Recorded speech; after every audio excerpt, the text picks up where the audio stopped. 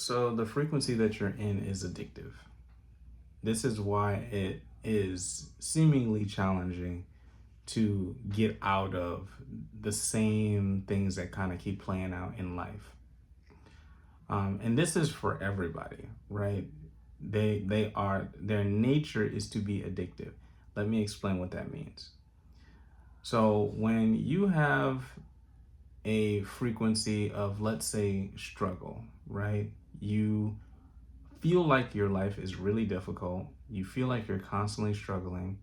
You don't feel like anything is changing. You feel helpless. You feel like you're not in control. And basically everything that has to do with struggle. Your thoughts, your emotions, your circumstances, the people in your life, the situations that present themselves, all of that stuff is all a part of the same energy that is based on a belief that you have about yourself.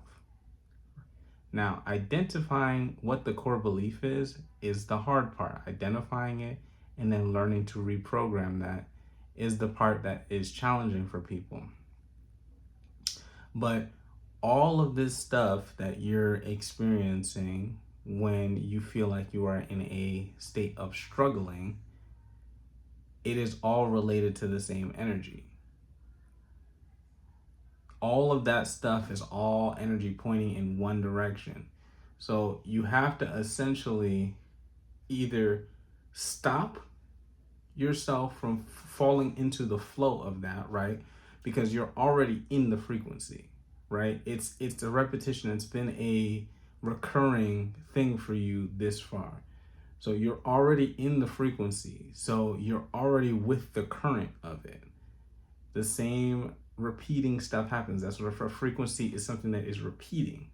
So the same thing is repeating over and over and over again in different forms, in different people that you're interacting with, but overall the theme is the same. That is all based on internal beliefs that have to be changed. If you don't change the belief, then it will continue to play out. Now, this is why people do affirmations, because this belief, which is tied to your subconscious mind, has to be reprogrammed. Affirmations, subliminals, mantras, whatever manifestation tool you want to use, that is all related to reprogramming the subconscious, which is, a lot of people don't give a lot of credit to the subconscious. The subconscious is the universe, essentially. The universe and the subconscious are the same thing, but people don't necessarily look at it like the universe. They think of it as, the part of your mind that is hidden.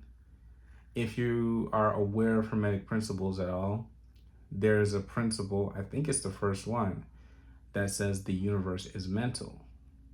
Well, this is exactly what that principle talks about, is that if you can reprogram the mind, the external reality will reflect that. The external reality is an echo of your internal state of being. So you first have to assess where you are, right? And be like, okay, I have this belief, like acknowledging I have this belief, that's what's causing the cycle, that's what's causing whatever my not preferred reality is. And figuring out, okay, how do I either stop the current or go in the other direction? Now, stopping the current would be detachment. It would be to look at everything in your external with a sense of meaninglessness. Meaninglessness? I think that's right. Is that a word? You know what I mean. You essentially have to look at everything as neutral. So all of the circumstances, people, challenges, as difficult as this may be, I totally understand. I've been there. But all of that stuff that is presenting itself to you in your external environment has to essentially, you have to look at it as neutral, because it is your meaning that you put on the things in external reality that causes it to have the effect that it has on you. So if you can reframe, right, if you can take a step back in terms of awareness of what's going on and reframe how you actually want to interact with what is presenting itself to you. So let's say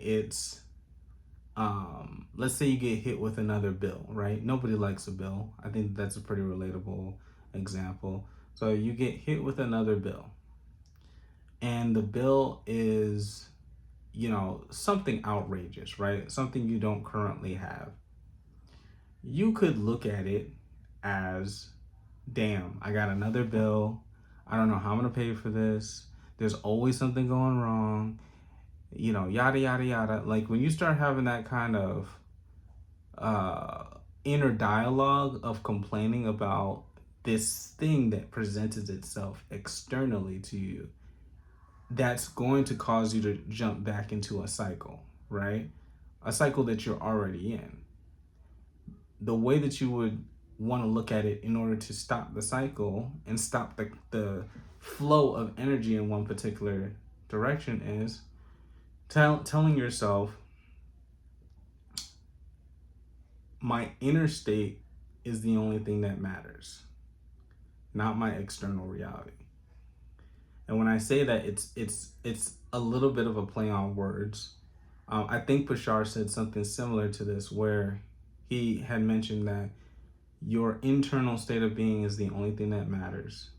Your external reality is an echo of that.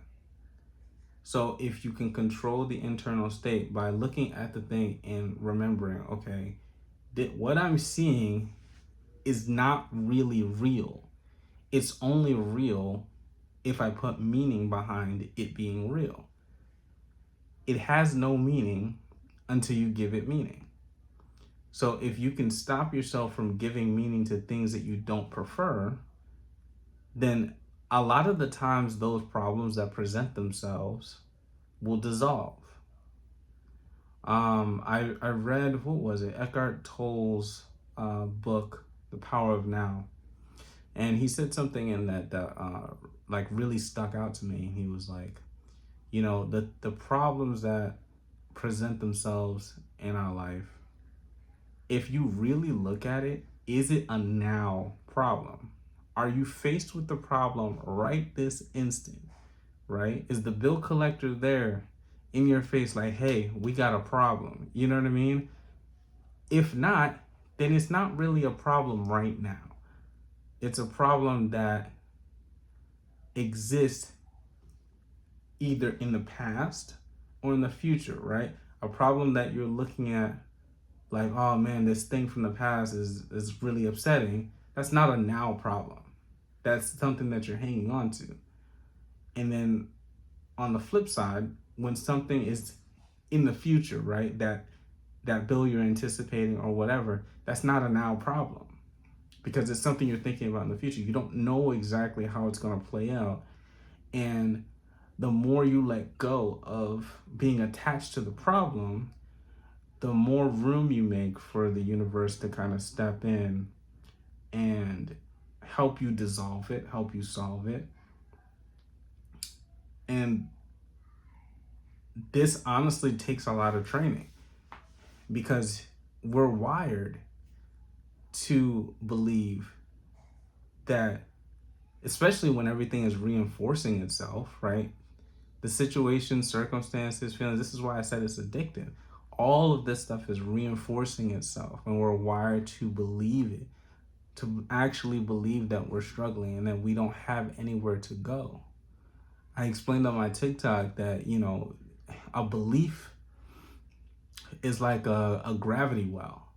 There's all this energy that's going toward it, and it's designed to make you feel like that there's nothing else, that this is something that is actually happening. But if you can reframe those beliefs,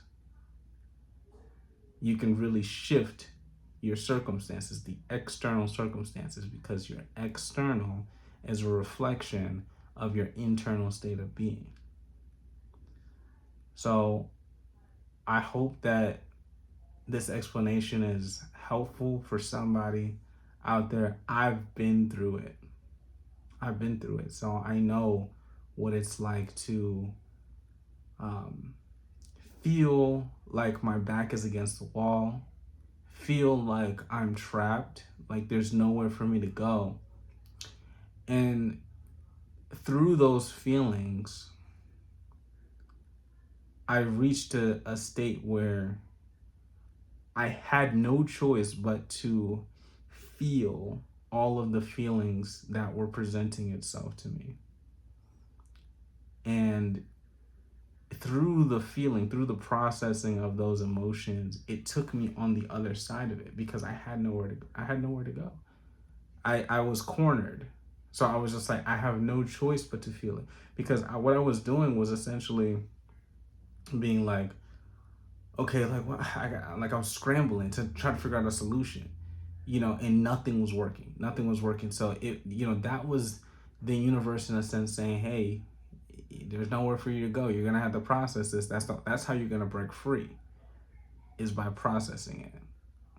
So that's another way, is that sometimes when we're faced with stuff and it doesn't feel like there's anywhere to go, and you're just faced with the feelings of it, right?